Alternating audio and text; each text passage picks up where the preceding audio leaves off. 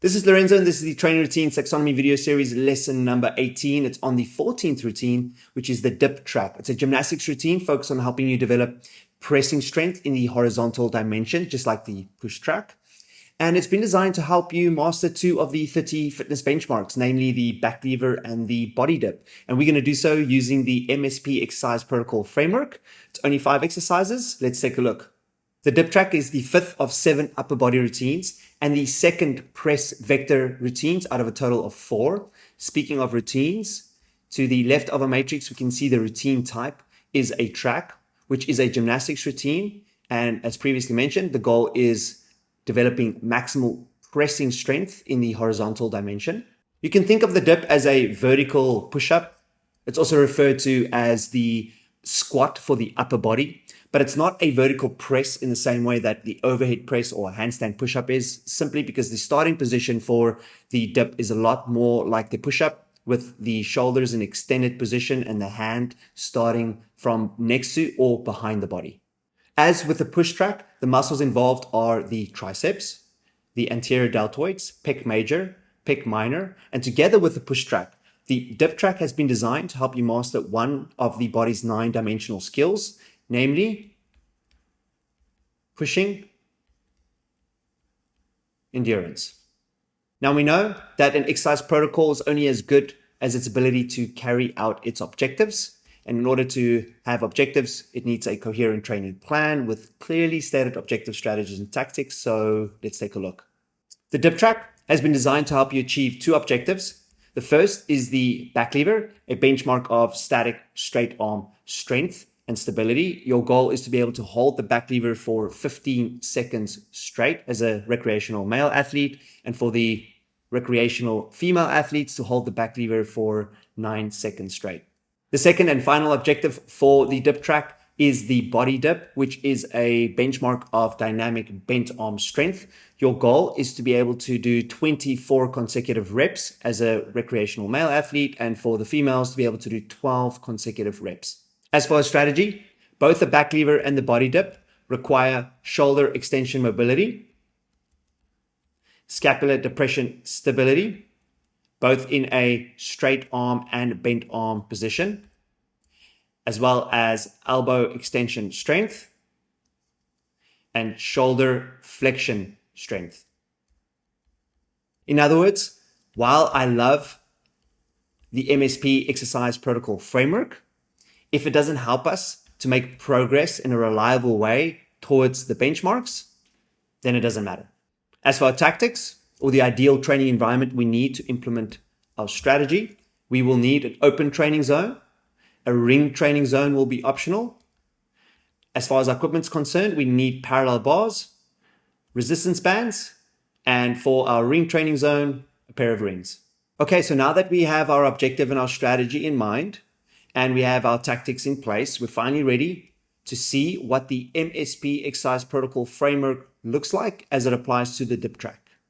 So for our first 2 exercises in the mobility category, serving as our warm-up, but also an opportunity to deal with those chronic mobility deficits, we have for our first exercise, the straight arm extension static, which we've seen before. For our second exercise, straight arm scap shrug.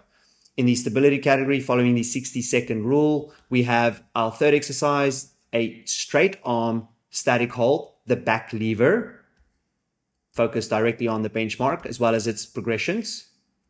For our fourth exercise, we have a bent arm static hold, the dip hold. And for our fifth and final exercise in the strength category, following the 30-rep rule, we have the full range body dip, also focused directly on the benchmark, as well as its beginner and more advanced progressions. So for our first exercise, we have the straight arm extension static, as we see it over here.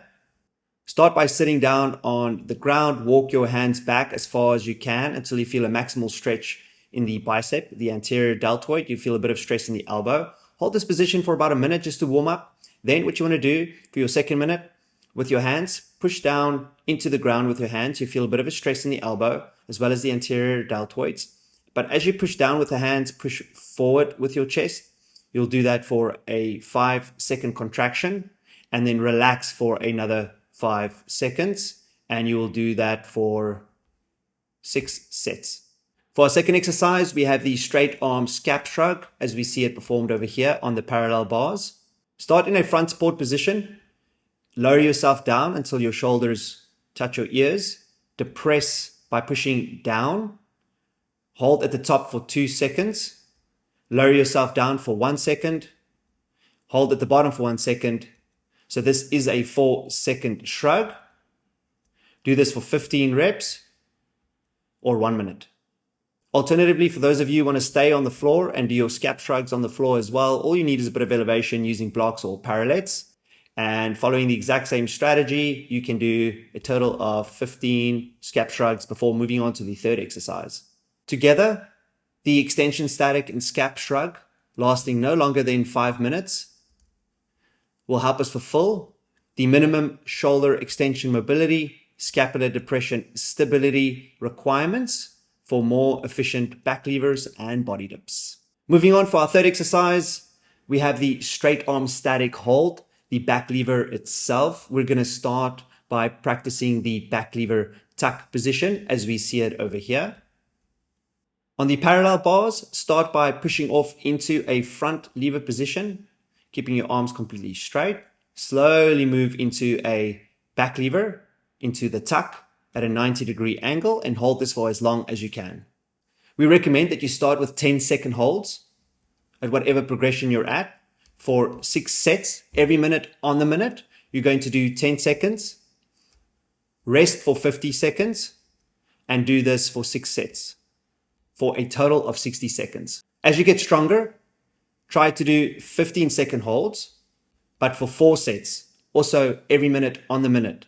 So you'll do 15 seconds, rest for 45 seconds, that's 1 minute, and you'll do this for 4 sets. Once you can do 20-second holds, you'll do this for 3 sets, every minute on the minute. So you'll do 20 seconds, rest for 40 seconds, and do this 3 times. And for your very next workout, you're finally ready to start practicing the next progression. For a full list of all the back lever progressions, make sure to download the Training Routines Taxonomy PDF. In there will be a link to a video showing you all the various back lever progressions. But remember, your goal is to be able to do the full back lever for 15 seconds for the guys and 9 seconds for the girls. Moving on to the fourth exercise in the stability complex, we have a bent arm static hold. So whereas we had a straight arm static hold for the back lever, we also need a bent arm static hold so that we make sure that we become strong at the end ranges in a straight arm position and a bent arm position. Start your dip hold journey on the parallel bars, and assuming you're strong enough, what you want to do is lower yourself down as far as you can until you feel a bit of a stretch in the anterior delt, but you have to be very careful in this position. You will hold it here for a total of 60 seconds. Now, if you find yourself unable to hold this position even for a few seconds, we recommend using a resistance band, as you see here. Same strategy applies. Lower yourself down until you feel a bit of a stretch in the anterior deltoid. Don't go too far. Make sure you can comfortably hold this position for a total of 60 seconds, or break it up any way you see fit.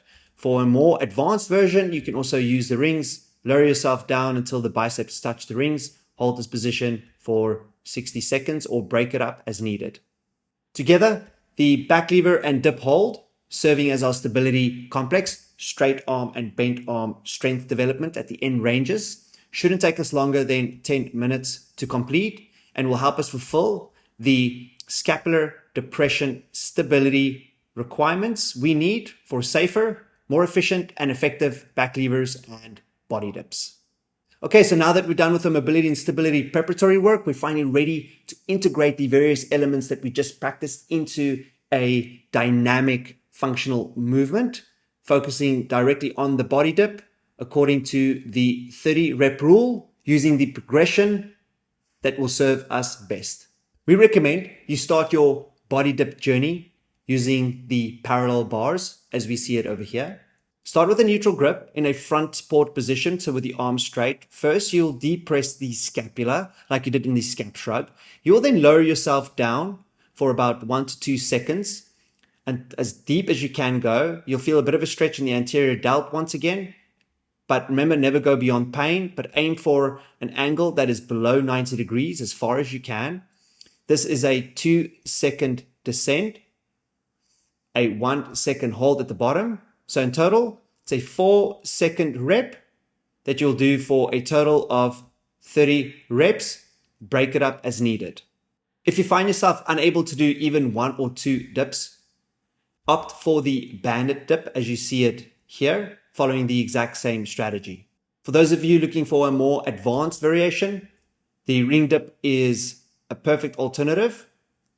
The only difference here is when you get to the top, you'll externally rotate the shoulders. This is known as RTO, rings turned out at the top. Come all the way down, biceps touching the rings. And again, when you get to the top, fully lock out and then turn the rings out. Now, whether you are doing the body dip unassisted on the parallel bars, you're doing it with the band assisted, or you're doing rings, doesn't matter. You want to make sure that you do a total of 30 reps in a way that will allow you to make progress workout by workout. Following the 30 rep rule, we recommend the test training strategy, which means you're going to treat your training as a test, and your test is part of your training. So remember, for the guys, you're aiming for 24 consecutive reps. For the girls, you're trying to do 12 consecutive reps. For your very first set, you're going to try to do as many as you possibly can, aiming for your benchmark target. Let's say, for example, you are a guy and you can only do 18 reps in one go. That's amazing. This means you are only 6 reps away from the target.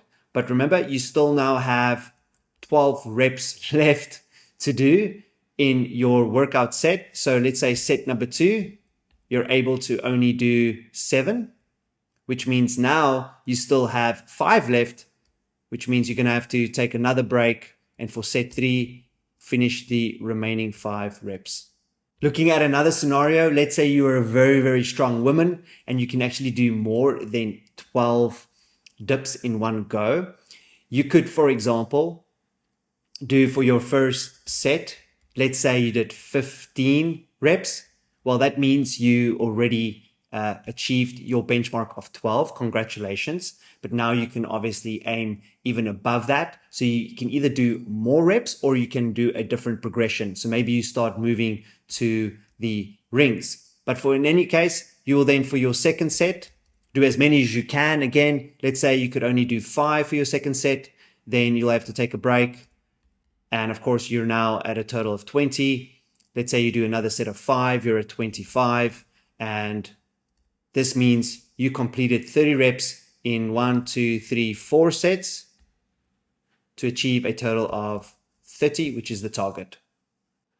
So in summary, the dip track is the extension static, followed by the scap shrug, the back lever and its many progressions, the 60-second dip hold, and finally, 30 body dips.